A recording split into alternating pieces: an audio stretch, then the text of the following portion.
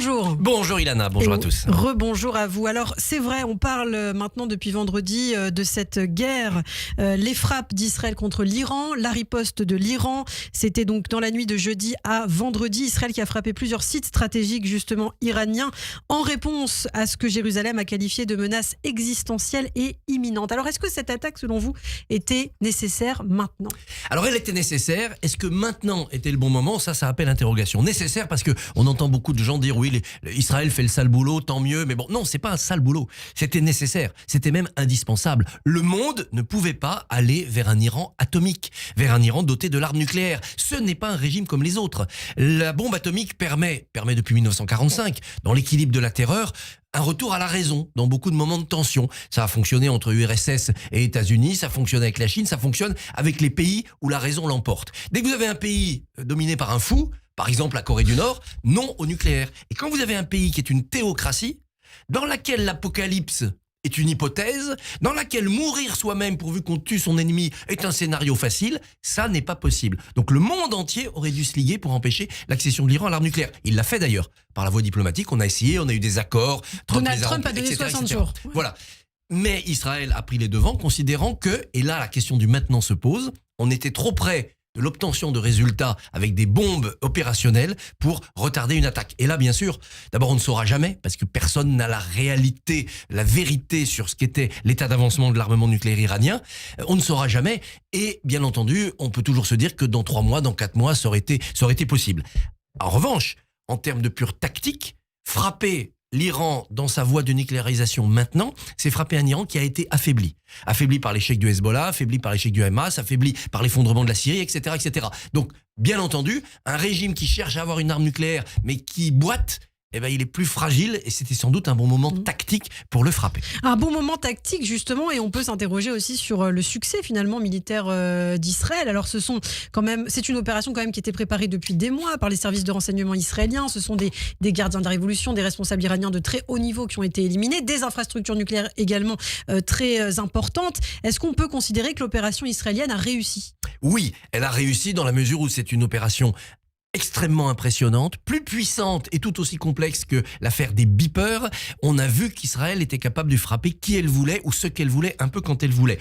Non, elle n'a pas été réussie ou pas encore été réussie tant qu'on n'a pas la preuve que les bombes sont descendues assez profondément dans le sous-sol pour détruire toutes les infrastructures. Bien sûr, des centrifugeuses ont été détruites, bien sûr, des tas de matériel industriel ont été ravagés, mais des scientifiques, il y en a des milliers, et des centrifugeuses, il y en avait des dizaines de milliers. Donc, comme on n'aura pas avant longtemps un bilan précis des dégâts causés, on ne peut pas dire que c'est réussi. Par ailleurs, il y a quand même un échec pour l'instant, c'est de neutraliser la capacité de Téhéran à riposter. L'aviation iranienne est inexistante, mais sur les missiles sol-sol qu'Israël frappe désormais, il y a quand même des missiles balistiques qui sont passés à travers le dôme de fer. Il y a beaucoup de victimes civiles, beaucoup plus quand le Hezbollah a essayé de riposter il y a quelques mois. Alors effectivement, on parle de cette riposte iranienne. Quand même, 90% des missiles, Pascal Zonshine, notre correspondante à Jérusalem, le disait, ont été interceptés, ce qui est quand même énorme. 10% malheureusement passent entre les mailles du filet. Et c'est déjà trop. Et cette riposte, elle n'est pas vraiment surprenante, Christophe, on s'y attendait. On s'attendait de cette riposte surprenante. Ce qui est surprenant, c'est que on aurait dû peut-être essayer de penser, avant de déclencher l'attaque, un filet supérieur. Voilà. Il y a le dôme de fer, on sait que les missiles balistiques peuvent passer à travers. Qu'est-ce qu'on pouvait penser de plus ? Quand il y a eu, en octobre 2024, une attaque de l'Iran, plusieurs centaines de missiles, il y a eu une coalition internationale qui n'était pas improvisée, qui était concertée pour arrêter ces missiles. Est-ce qu'Israël n'aurait pas dû prendre le temps de s'assurer le soutien, non pas moral, politique, mais technique de certaines puissances? Je pense aux Anglais, je pense aux Français, je pense aux Américains. Justement, on va parler de la coalition internationale dans quelques instants, la position des États-Unis et de la France, mais d'abord sur la scène politique israélienne, c'est important. On peut aussi se poser la question, est-ce que Benyamin Netanyahou a d'autres objectifs que celui de s'en prendre au régime iranien, d'attaquer les installations nucléaires de l'Iran? Est-ce que vous voyez, vous, peut-être autre chose derrière tout ça? Oui, bien sûr. Il y a toujours des objectifs politiques dans des actes géopolitiques. C'était vrai lors du déclenchement de la guerre de 14, c'est vrai aujourd'hui ici. Benjamin Netanyahou, en déclenchant cette attaque maintenant, encore une fois attaque indispensable, mais le maintenant pose question, atteint 2 autres objectifs politiques. D'abord, il fait taire une bonne partie des critiques internationales sur son action à Gaza. Ensuite, il a complètement éteint la contestation à l'intérieur de sa coalition. Vous savez, l'extrême droite religieuse qui ne voulait pas du service militaire et qui était au bord de provoquer une crise gouvernementale, une crise de majorité. Tout ça, c'est terminé. Et même la contestation au sein de la société, elle a évidemment changé de nature maintenant qu'Israël est sous la pluie des missiles iraniens. Donc, bien entendu, il y avait un intérêt politique pour Netanyahou à lancer cette attaque géopolitique. Alors, est-ce qu'il faut aller dans le cynisme le plus complet et dire qu'il ne l'a fait que pour ça? Non. Ouais. Mais oui, ça fait 15 ans qu'on attend mais ça. bien sûr, il y a aussi cet arrière-plan de politique intérieure et de diplomatie. C'est-à-dire que sa relation à Trump, sa relation à Macron sont en train de changer. Alors, on parle justement de Donald Trump. Donald Trump, on a du mal à le suivre quand même, Christophe. Je ne vous le fais pas dire. Avant justement qu'il soit élu, il était à fond du côté d'Israël, effectivement, pour frapper l'Iran. Donald Trump a appelé, hier, Israël et l'Iran à conclure un accord, estimant que c'était possible. Et il a aussi, donné son veto à l'élimination de l'ayatollah Ali Khamenei. Il n'est pas pour qu'Israël élimine l'ayatollah. Qu'est-ce que vous en pensez? Alors d'abord, en effet, la seule chose qui va droit chez Trump, c'est les défilés militaires. Le reste, ça fait des zigzags. Essayons de suivre ces zigzags. Je crois que Donald Trump s'est désolidarisé de Netanyahou et se distingue de Netanyahou à cause de deux choses. D'abord, la rupture du cessez-le-feu et la reprise des hostilités à Gaza, telles que Netanyahou les mène depuis quelques mois, ça n'a pas plu à l'Amérique. L'Amérique a perdu le contrôle et ce n'est pas ce que voulait l'Amérique. Rappelons-nous qu'ils ont obtenu la libération d'un otage hors contact avec Israël. Deuxièmement, Donald Trump avait engagé une négociation rude, un vrai bras de fer depuis la mi-avril avec l'Iran. Il voulait aller au bout de cette séquence américano-iranienne. Netanyahou a faussé le jeu. Il a interrompu cette partie. Trump avait besoin encore de quelques semaines avant de conclure à l'absence totale de sincérité de l'Iran. Quelque part, il a tiré le tapis sous le pied de Trump, Netanyahou. Et Trump n'aime pas ça. Troisièmement, Trump est quand même dans une sorte de schizophrénie. Il a une base MAGA qui est isolationniste. L'Amérique n'a pas à s'occuper des problèmes des autres, donc replions-nous. Nous ne sommes pas là pour être le gendarme du monde. Et puis, il a une volonté d'une partie de son électorat et surtout des dirigeants qui le soutiennent de soutenir Israël et d'empêcher les puissances hostiles de prospérer. Donc il est dans la schizophrénie. Mais certains disent qu'il veut le prix Nobel de la paix aussi. Oui, il y a sans doute cette coquetterie. Il a eu son défilé militaire, il en rêvait depuis quelques années. Il veut le prix Nobel de la paix comme Obama. Ça n'a pas porté bonheur à Obama. Il y a aussi autre chose, je pense. Et là, il a eu raison, je pense. S'il a mis son veto à l'élimination de Khamenei, ce qui reste encore à vraiment prouver, parce qu'il peut s'en vanter sans l'avoir fait, on ne déstabilise pas un régime de l'extérieur en éliminant son leader. De Gaulle et les résistants n'ont jamais fait d'attentat contre Pétain. Pourquoi? Parce qu'ils ne voulaient pas créer une espèce de solidarité symbolique entre un peuple et son chef d'État, quand bien même ce chef d'État était haïssable. Donc aujourd'hui, frapper les gardiens de la révolution, frapper les membres de l'oppression iranienne, ceux qui massacrent la société civile, ça peut vous attirer le soutien de la population. Frapper le chef de l'État, symbolique, quel qu'il soit, et aussi détesté soit-il, vous pouvez fausser. Ça peut apparaître comme une ingérence excessive.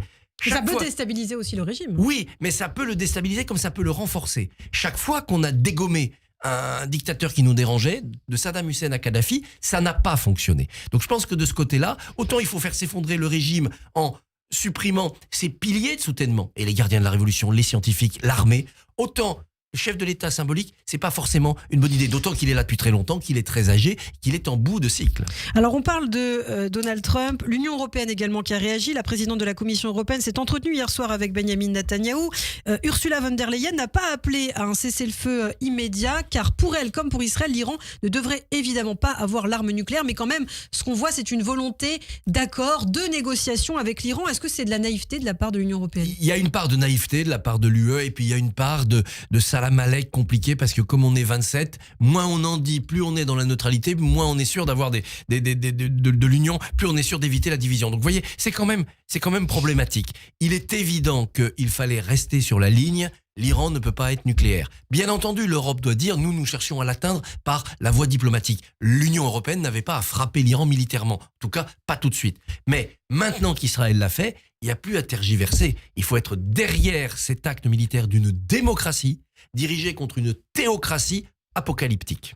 Alors, du côté de la France qui n'a participé à aucune opération défensive d'Israël car elle n'a pas été sollicitée. C'est ce qu'a déclaré le président français. Pour ne pas mettre en péril la stabilité de toute la région, le chef de l'État appelle les partis à la plus grande retenue et à la désescalade. Lui aussi, Emmanuel Macron, on a du mal à le suivre, un peu comme Donald Trump. Oui, mais là, je vais essayer de vous guider parce que ça me semble quand même un peu plus explicable. Oui, la France n'a pas été sollicitée. C'est une surprise. Pourquoi Israël n'a pas demandé, dans cette première phase, le soutien défensif de ses alliés? ça viendra peut-être encore s'il n'arrive pas à neutraliser les missiles balistiques. C'est peut-être pour éviter de faire de ses alliés des belligérants de fait, puisque là, c'est Israël qui a attaqué un État souverain quand même. C'est pas comme le Hezbollah ou le Hamas, c'est pas des organisations terroristes. C'est un État souverain représenté à l'ONU. Donc on peut comprendre cette précaution. On verra dans la phase suivante du conflit s'il dure. Pour Macron, je crois avoir une clé. En fait, Macron a une attitude par conflit. Il y a un conflit entre Israël et le Hamas. Macron a une attitude et elle est devenue très sévère, très critique depuis quelques semaines. Il y a un conflit entre Israël et la Syrie et le Liban, la zone Hezbollah si vous voulez, et là, les intérêts français ne sont pas les mêmes. Au Liban, encore plus qu'en Syrie, nous avons depuis longtemps une volonté d'influence. Et donc, Macron adapte son attitude avec Israël par rapport à cela. Et de la même manière, vis-à-vis de l'Iran, nous avons nous aussi une autre attitude géopolitique. Nous avons des otages là-bas, nous avons un conflit ancien, nous sommes opposés à l'Iran dans sa quête du nucléaire, donc nous sommes beaucoup plus derrière Israël. Donc vous voyez, Emmanuel Macron est moins un caméléon qui changerait d'avis qu'un kaléidoscope.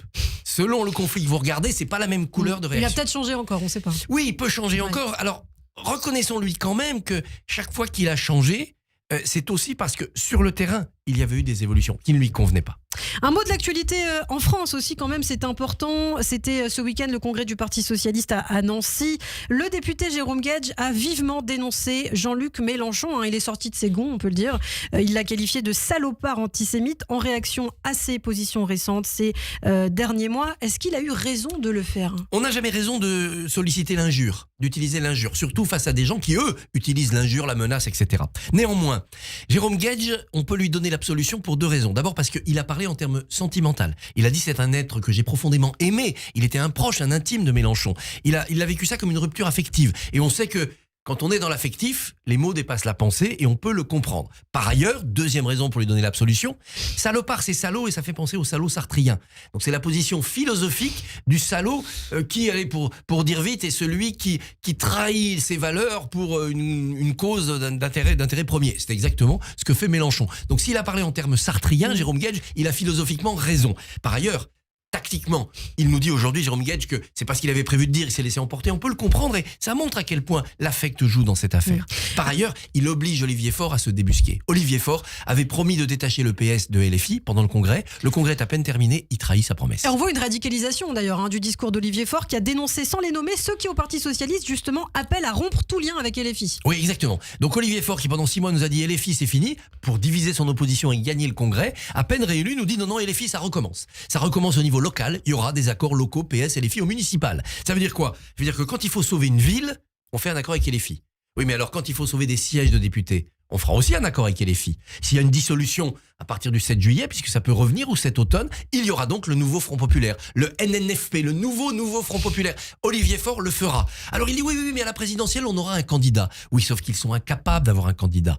De Glucksmann à Ruffin, dit-il. Mais Glucksmann et Ruffin ne sont pas d'accord, ni l'un ni l'autre. Et quel candidat ? Évidemment, il pense à lui, Olivier Faure. Ça ne pèse pas une cacahuète par rapport à la puissance de feu de Jean-Luc Mélenchon. Donc nous sommes face à un Olivier Faure qui redevient soumis aux insoumis. On le subodorait. On savait bien que son changement depuis février était sûrement uniquement tactique et cosmétique. On voit que c'est vrai, ce sentiment, et on a eu raison de penser cela. On ne pensait pas que ça irait aussi vite quand même. Eh bien écoutez, merci beaucoup Christophe Barbier pour ce point très complet de l'information. J'en profite pour donner votre invité de demain matin. On va continuer à parler de la situation géopolitique, la situation entre l'Iran et Israël avec votre invité. Demain 7h45, votre invité sera Éric Danon, ancien ambassadeur de France en Israël. Merci beaucoup Christophe et à demain. Merci Lana. À demain.